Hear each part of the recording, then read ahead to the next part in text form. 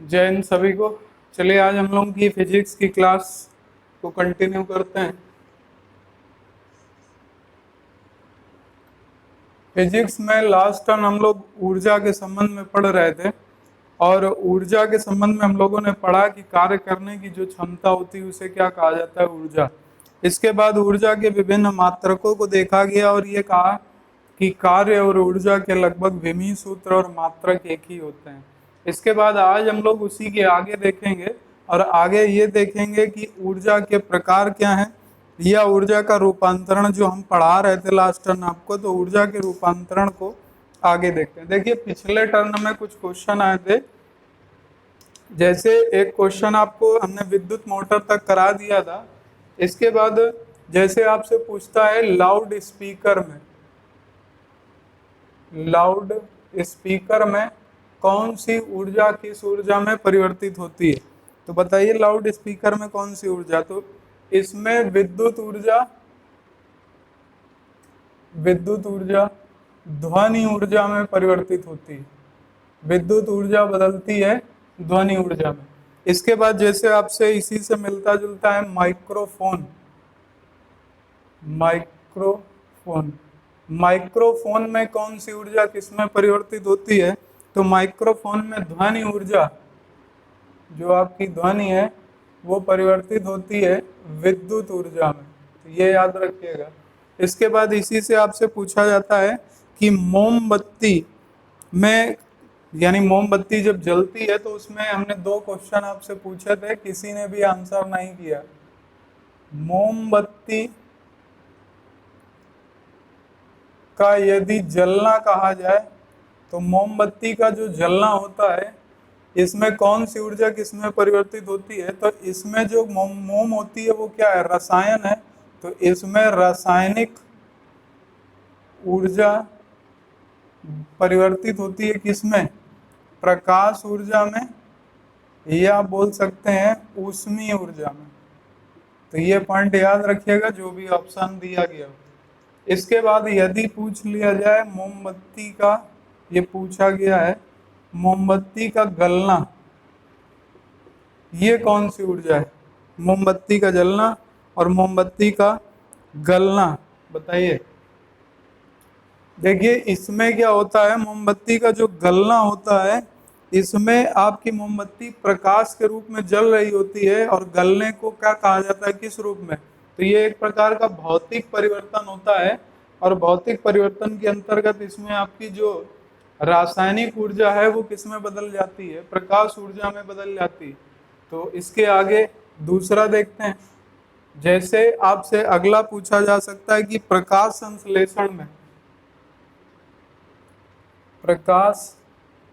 संश्लेषण में कौन सी ऊर्जा किस में बदलती है, तो इसमें क्या बदलेगा, इसमें प्रकाश ऊर्जा किस में बदल जाएगी, तो प्रकाश ऊर्जा इसमें बदल जाती है आपकी रासायनिक ऊर्जा में, क्योंकि प्रकाश की क्रिया से ही तो आपका रसायन बनता है जब एटीपी के रूप में ऊर्जा बनती है। इसके बाद जैसे अगर आपसे पूछ लिया जाए प्रकाश ऊर्जा के बाद पाचन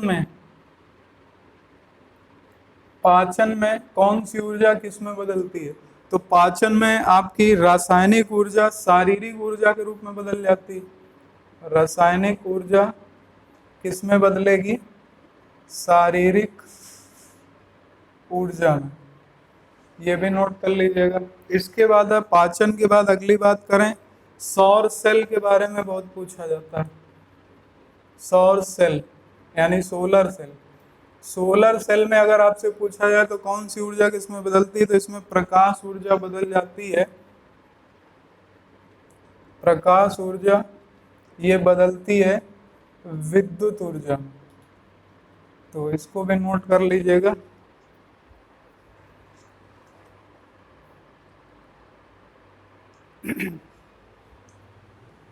इसके बाद नेक्स्ट विद्युत सेल।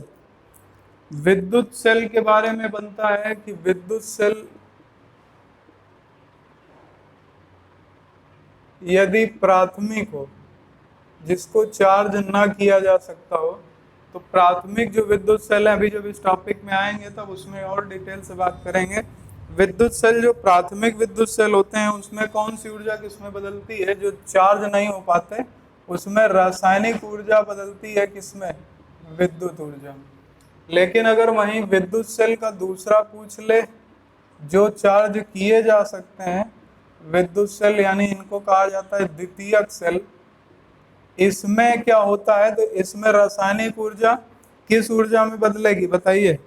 इसमें द्वितीयक सेल में आपकी जो विद्युत ऊर्जा होती है, ये विद्युत ऊर्जा पहले बदलती है रासायनिक ऊर्जा में,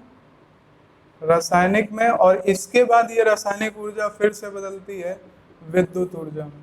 तो ये पॉइंट याद रखिएगा, ये काफी बार पूछे गए,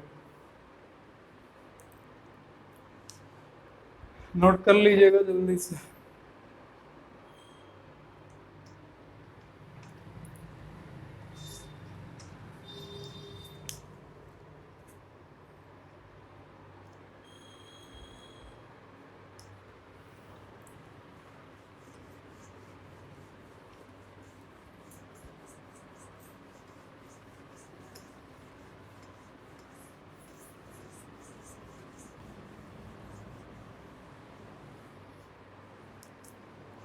इसके बाद अब बात करते हैं ऊर्जा के प्रकार।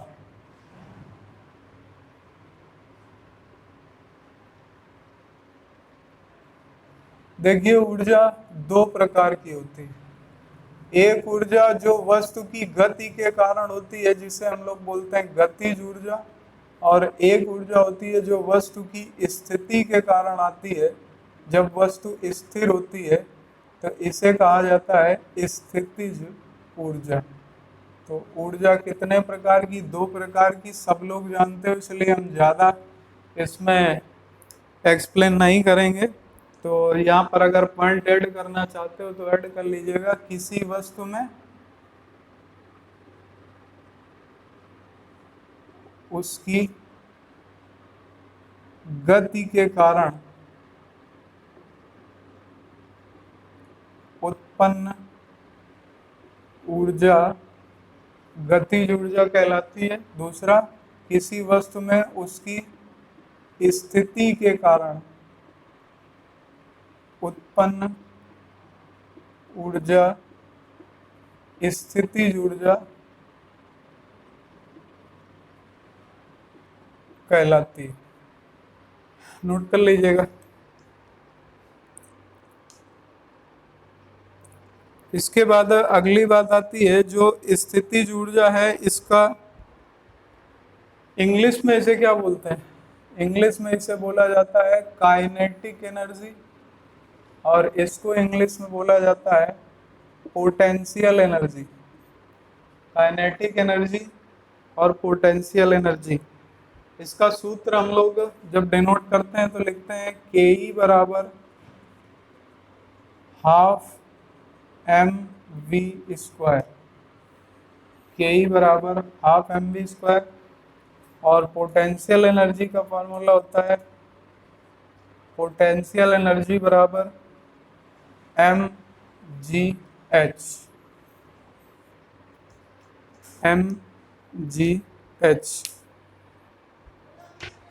यानी कि जो काइनेटिक एनर्जी है ये निर्भर किस पर करेगी? अगर ये पूछ लिया जाए तो ये निर्भर करती है वस्तु के द्रव्यमान, वस्तु के वेग पर। वहीं अगर बात करी जाए पोटेंशियल एनर्जी किस पर निर्भर करेगी? तो पोटेंशियल एनर्जी निर्भर करेगी वस्तु के द्रव्यमान, उसके गुरुत्वीय त्वरण, वहां पर गुरुत्वीय प्रभाव क्या है? तो गुरुत्वीय त्वरण h, यानी कि ऊंचाई पर, यानी वो गहराई पे है वस्तु या ऊंचाई पर है। तो अगर आपसे पूछा जाए कि गतिज ऊर्जा निर्भर करती है किसी वस्तु के द्रव्यमान तथा उसके वेग पर, और जो पोटेंशियल एनर्जी होती है ये निर्भर करती है द्रव्यमान, गुरुत्वीय त्वरण, ऊंचाई या गहराई पर। नोट कर लीजिएगा जल्दी से, अभी आगे बताते हैं। अब यहाँ पर अगर आपसे पूछा जाए कि जो गतिज ऊर्जा होगी, ये गतिज ऊर्जा धनात्मक, ऋणात्मक या शून्य क्या हो सकती है? तो याद रखिएगा, जो गतिज ऊर्जा होती है ये सदैव धनात्मक होती है, सदैव धनात्मक होती है, नोट कर लीजिएगा। जबकि जो स्थितिज ऊर्जा होती है ये जब ऊंचाई पर होगी तो क्या लिया जाएगा? प्लस, और जब गहराई होगी तो क्या लिया जाएगा? माइनस। यानी कि गतिज ऊर्जा स्थितिज ऊर्जा के संबंध में हम बोल सकते हैं कि स्थितिज ऊर्जा धनात्मक या ऋणात्मक दोनों हो सकती है। तो गतिज ऊर्जा स्थितिज ऊर्जा धनात्मक या ऋणात्मक कुछ भी हो सकती है, ऐड कर लीजिएगा। लेकिन गतिज ऊर्जा जो होगी ये सदैव धनात्मक होगी, जबकि स्थितिज ऊर्जा धनात्मक या ऋणात्मक कुछ भी हो सकती है। जब ऊंचाई होगी तो प्लस और जब गहराई होगी तो माइनस लिया जाएगा, ऐड करिएगा।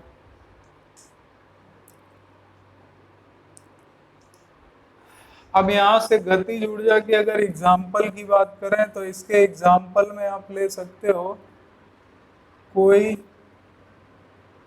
भी गतिशील पिंड, यानी अगर कोई भी पिंड जो गतिशील है उसमें ऊर्जा कौन सी होगी? तो उसमें ऊर्जा आपकी गतिज ऊर्जा होगी। स्थितिज ऊर्जा के संबंध में उदाहरण बहुत बार पूछे जाते हैं। इसमें आपको पहली चीज याद रखना है कि किन चीजों में स्थितिज ऊर्जा होती है। तो एग्जाम्पल के तौर पर लिख लीजिएगा, प्रत्येक वह वस्तु, लिखिएगा, प्रत्येक वह वस्तु जो ऊंचाई या गहराई पर, जो ऊंचाई या गहराई पर स्थित हो। ऊंचाई या गहराई पर स्थित जितनी भी वस्तुएं हैं उन सब में जो ऊर्जा होगी वो स्थितिज ऊर्जा होगी। इसमें कई बार क्वेश्चन पूछा गया कि जो धनुष है, खींचा हुआ धनुष, इसमें कौन सी ऊर्जा होगी? तो जो खींचा हुआ यानी जब उसका चाप खींच करके रखा जाता है, छोड़ा ना गया हो, खींच करके रखा गया हो, वहां पर ऊर्जा कौन सी होगी? स्थितिज।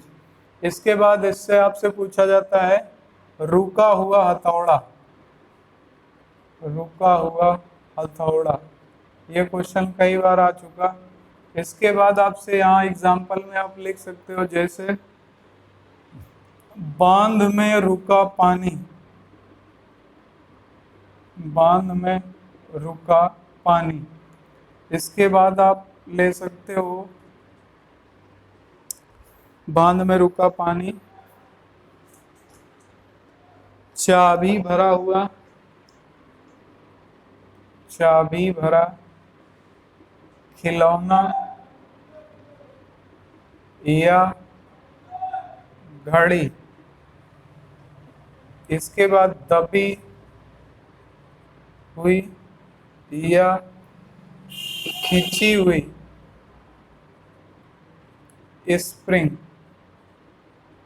दबी हुई या खींची हुई स्प्रिंग, ये सब आपके उदाहरण है किसके? ये स्थितिज ऊर्जा के। जैसे और अगर आपसे पूछा जाए तो एक क्वेश्चन यहाँ से और बनता है कि किन वस्तुओं में गतिज और स्थितिज ऊर्जा दोनों होती हैं? किन किन में गतिज और स्थितिज दोनों होती हैं? मान लीजिए क्वेश्चन दे दिया गया, निम्न में से किन में दोनों ऊर्जाएं होंगी? तो हेडिंग डाल के लिख लीजिएगा, दोनों जिसमें पाई जाए। तो दोनों के उदाहरण में कुछ लिख लीजिएगा, जैसे आकाश या ऊंचाई में गतिशील वस्तु, आकाश या ऊंचाई में गतिशील कोई वस्तु, आकाश या ऊंचाई पे कोई भी गतिशील वस्तु होगी उसमें जो दोनों ऊर्जाएं होंगी, जैसे उड़ता हुआ विमान, उड़ता हुआ पक्षी, ऐड कर लीजिएगा, उड़ता हुआ विमान, उड़ता हुआ पक्षी, बस में बैठा हुआ व्यक्ति, बस में बैठा व्यक्ति। तो ये कुछ उदाहरण है जो आपके दोनों ऊर्जाएं होती हैं इनमें, इसको भी ऐड कर लीजिएगा।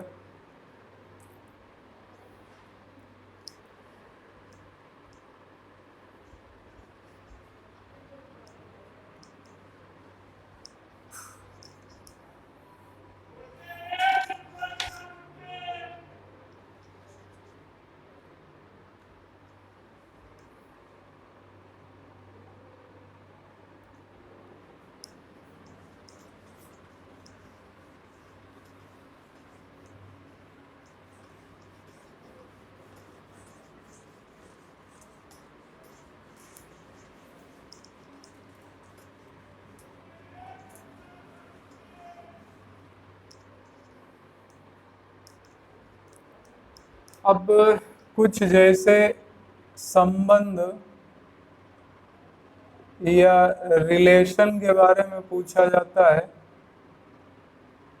कि निम्न में से इन दोनों के बीच में क्या संबंध है। संबंध के संबंध में आपसे समानुपाती या व्युत्क्रमानुपाती, इस तरीके से आपसे क्वेश्चन पूछते हैं। समानुपाती को ही अनुक्रमानुपाती भी बोलते हैं।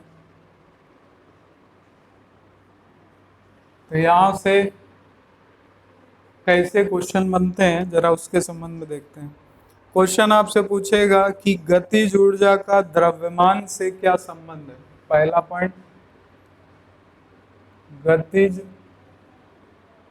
ऊर्जा तथा द्रव्यमान के मध्य संबंध।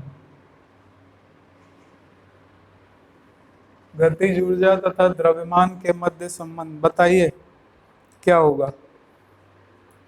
देखिए पहली चीज तो ये समझ लीजिए कि ये संबंध क्या होता है। कोई भी मान लीजिए इस तरीके से लिखा हुआ है एक क्वेश्चन, इसमें जो ऊपर वाला है यानी जो बराबर के इधर लिखा है, इसका संबंध जो ऊपर वाले से होगा तो ये संबंध एक तरीके से मित्रतापूर्ण संबंध होता है और इसी संबंध को समानुपाती या अनुक्रमानुपाती कहा जाता है। ऐसा क्यों? क्योंकि अगर ये बढ़ा है तो ये भी बढ़ेगा, ये बढ़ा है तो ये बढ़ेगा, ये घटेगा तो ये भी घटेगा। तो मित्रतापूर्ण संबंध होता है, दोनों के बीच में लंबा सामंजस्य होता है। उसी जगह अगर आपसे बात करी जाए इसके और नीचे जो अपॉन में लिखी हुई यहाँ पर जो है अगर कोई डिजिट लिखी है तो इन दोनों के बीच में क्या संबंध होगा, तो इस दोनों के बीच में शत्रुता के रूप का संबंध होता है जिसे हम लोग व्युत्क्रमानुपाती बोलते हैं। व्युत्क्रमानुपाती का मतलब हो गया कि अगर ये घटेगा तो ये बढ़ेगा, यानी ये घटेगा तो ये बढ़ेगा, ये बढ़ेगा तो ये घट जाएगा, ये घट जाएगा तो ये बढ़ जाएगा। उल्टा संबंध होता है जस्ट, यानी एक बढ़ता है तो एक घटता है। ये संबंध व्युत्क्रमानुपाती संबंध होता है। अब यहाँ पर अगर हम लोग गतिज ऊर्जा और द्रव्यमान की बात करें तो हम लोग लिखते हैं के बराबर हाफ mv²। अगर स्क्वायर के संबंध की बात करें तो स्क्वायर के जितने भी संबंध होते हैं ये संबंध बहुत ही घनिष्ठ हैं। यानी कि अगर आपसे स्क्वायर के बीच स्क्वायर के संबंध में बोला जाए तो कैसा संबंध होगा, तो ये एक मजबूत संबंध होता है। जबकि अगर क्यूब की बात करें तो ये बहुत मजबूत संबंध होता है, बहुत मजबूत संबंध होता है। यानी एक बढ़ेगा तो दूसरा कई गुना बढ़ेगा, इस तरीके से यहाँ पर लिया जाता है। अब यहाँ से हम लोगों को बताना है गतिज ऊर्जा तथा द्रव्यमान के मध्य संबंध कैसा है। तो आप सबको सामने दिख रहा है, दोनों चीजें बराबर में लिखी हुई है, यानी इन दोनों के मध्य में m यहाँ पर है, काइनेटिक एनर्जी यहाँ पर है, दोनों इक्वल में लिखे। यानी ये संबंध कैसा होगा, तो ये संबंध समानुपाती या अनुक्रमानुपाती संबंध कहलाएगा। तो ऐड कर लीजिएगा, जब पेपर में लिखोगे तो गलती हो जाएगी।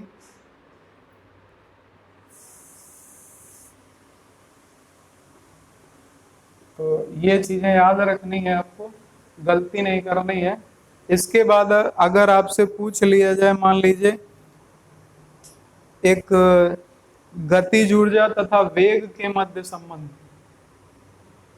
गतिज ऊर्जा तथा वेग के मध्य संबंध, तो आप कैसे डिनोट करोगे? तो आपको क्या देखना है, यहाँ पर भी जो संबंध है, तो यहाँ पर संबंध कैसा हो जाएगा, के ई बराबर हाफ एम वी स्क्वायर, ये भी बराबर में लिखा है, बराबर में। तो ये संबंध पहली बात तो कैसा होगा, समानुपाती संबंध होगा या अनुक्रमानुपाती संबंध होगा। लेकिन स्क्वायर लगा है तो हमने बताया था ये संबंध कैसा बन जाएगा, तो ये संबंध बन जाएगा एक मजबूत समानुपाती संबंध। मजबूत समानुपाती का मतलब, अगर यहाँ पर हम किसी चीज को दोगुना करेंगे तो सामने वाला जो होगा वो कितना हो जाएगा, वो 4 गुना हो जाएगा, यानी वो अपने से सामने वाले को जस्ट डबल कर देता है। यानी जैसे इसका क्वेश्चन देखते हैं एक लगा करके,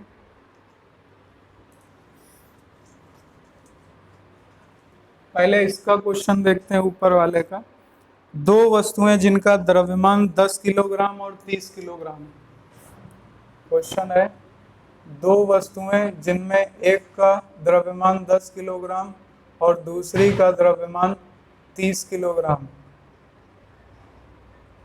तो इनकी गतिज ऊर्जा का अनुपात क्या होगा? गतिज ऊर्जाओं का अनुपात क्या होगा, अगर ये क्वेश्चन पूछ लिया जाए।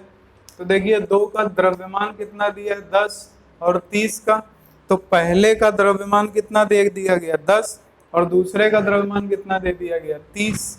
तो पहले का रख दिया 10, अनुपात पूछा है, दूसरे का कितना, 30।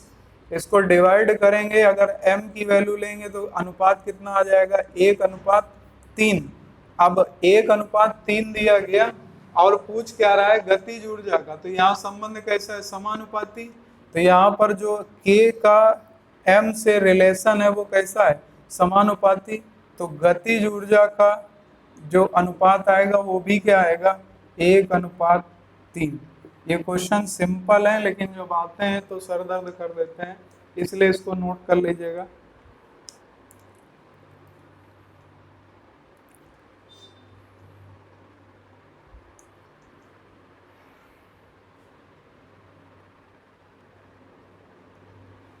नोट हो गया, अगला देखते हैं। अब इसका देखिए, सेकंड वाले का, मान लीजिए क्वेश्चन पूछा गया कि किसी गतिशील वाहन का वेग 2 गुना कर दिया जाए, किसी गतिशील वाहन का वेग 2 गुना कर दिया जाए, तो गतिज ऊर्जा पर क्या प्रभाव पड़ेगा या गतिज ऊर्जा क्या होगी। अगर ये क्वेश्चन पूछ लिया जाए तो कैसे सॉल्व करेंगे। देखिए, इन दोनों के मध्य में संबंध कैसा है, तो समानुपाती मजबूत संबंध है, यानी के ई बराबर 1, के ई प्रोपोर्शनल टू क्या लिख सकते हैं, वी स्क्वायर। अब यहाँ गतिज वाहन का वेग 2 गुना किया गया, अगर वाहन का वेग 2 गुना कर दोगे तो क्या हो जाएगा, 2 का स्क्वायर, यानी यहाँ पर कितना आ जाएगा, 4। तो काइनेटिक एनर्जी कितनी हो जाएगी, 4 गुना। ये पॉइंट याद रखिएगा, कितनी हो जाएगी, 4 गुना। यानी किसी इस तरीके का क्वेश्चन एक आता जरूर है, ये इम्पोर्टेंट है, वहाँ पर रख करके देख लीजिएगा। यहाँ पर जो भी वैल्यू रखेंगे वो काइनेटिक एनर्जी के समानुपाती यानी अनुक्रमानुपाती में निकलेगी। तो यहाँ पर अगर किसी वाहन का वेग दोगुना कर दें या किसी वस्तु का वेग या किसी पिंड का वेग दोगुना कर दें तो उसकी गतिज ऊर्जा पर क्या प्रभाव पड़ेगा, उसकी गतिज ऊर्जा कितनी हो जाएगी, 4 गुना हो जाएगी। तो ये पॉइंट याद रखिएगा। चलिए अब आगे देखते हैं।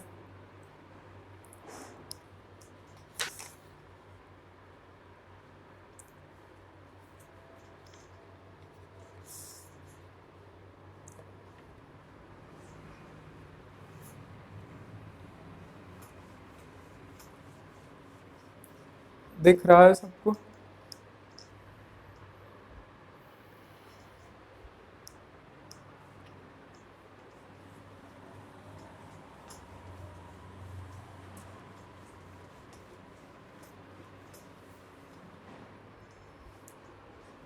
अगला क्वेश्चन है, किसी वस्तु के द्रव्यमान को स्थिर रखते हुए, न्यूमेरिकल है, किसी पिंड के द्रव्यमान को स्थिर रखते हुए वेग को कितने गुना किया जाए,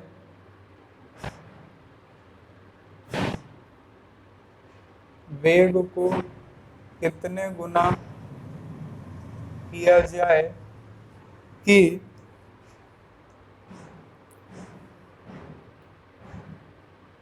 काइनेटिक एनर्जी यानी गतिज ऊर्जा 1/9 हो जाए।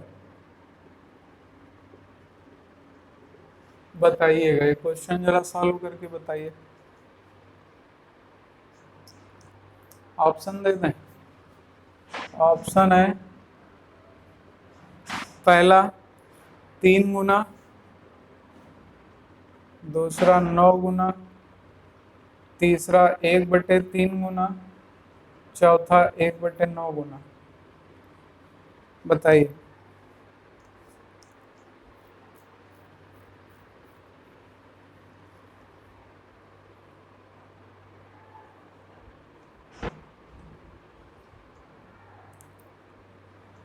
देखिए, जो मैथ के स्टूडेंट होंगे वो तो कर लेंगे आसानी से, के ई बराबर 1/2 हाफ mv²। अब यहाँ पर हमें लेना क्या है, काइनेटिक एनर्जी कितनी रख दी, 1/9। यहाँ इसको कितना रख देंगे, 1/2। यहाँ पर क्या है, द्रव्यमान स्थिर कर दिया इसलिए इसे नहीं लिखा जाएगा, यहाँ क्या लिख दिया जाएगा, v²। इसको जब निकालेंगे तो v² की जगह v आ जाएगा और 1/9 रूट में आ जाएगा। रूट की वैल्यू जब निकालेंगे तो क्या हो जाएगा, v बराबर 1/3। तो आंसर आ जाएगा 1/3 गुना कर दिया जाए।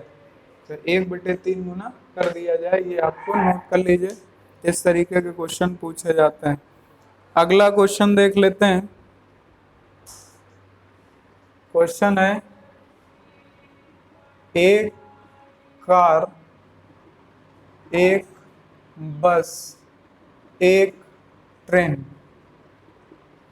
एक कार, एक बस, एक ट्रेन के वेग समान है, वेग समान है, तो गतिज ऊर्जा का क्रम क्या होगा। तो गतिज ऊर्जा का क्रम क्या होगा,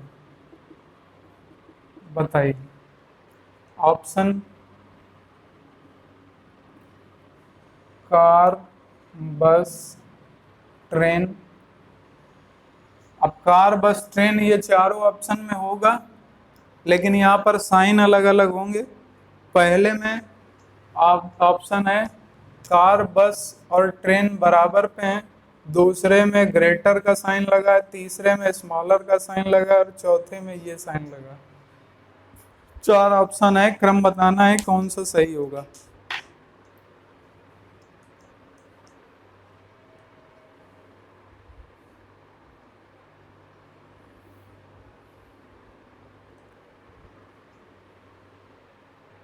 बताइए।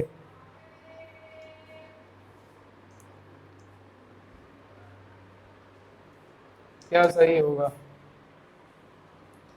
अच्छा एक चीज बताइए, कार, बस और ट्रेन, तीन चीजें दी गई हैं, वेग समान कर दिया है, तो वेग की बात तो यहाँ होगी नहीं। लेकिन इनके जो द्रव्यमान है, क्योंकि एम लेना है, गतिज ऊर्जा पूछा है तो एम की भी तो बात होगी।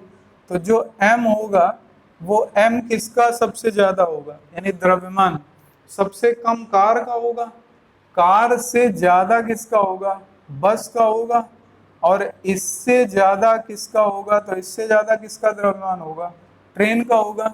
यानी कि द्रव्यमान जिसका ज्यादा होगा उसी का वे उसकी भी उसकी गतिज ऊर्जा क्या हो जाएगी, ज्यादा हो जाएगी, क्योंकि संबंध कैसा है, समानुपाती। तो अब यहाँ पर कौन सा साइन सही है, यानी कि इसका तीसरा ऑप्शन सही है, कार, बस और ट्रेन।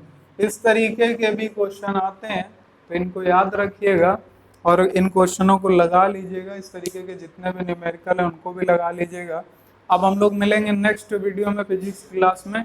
केमिस्ट्री की क्लास के वीडियो आपको हो सकता है कि जल्दी मिल जाएं, तो केमिस्ट्री के भी हम जल्दी से जल्दी कोशिश कर रहे हैं कि वो भी आपको वीडियो जल्दी ही मिल जाए या आज ही मिल जाए। तो चलिए मिलते हैं फिजिक्स की नेक्स्ट क्लास में, और अगली क्लास आपकी केमिस्ट्री की होगी तो केमिस्ट्री के वीडियो भी देखेंगे। तो मिलते हैं नेक्स्ट वीडियो में, तब तक के लिए सभी को जय हिंद, वंदे मातरम।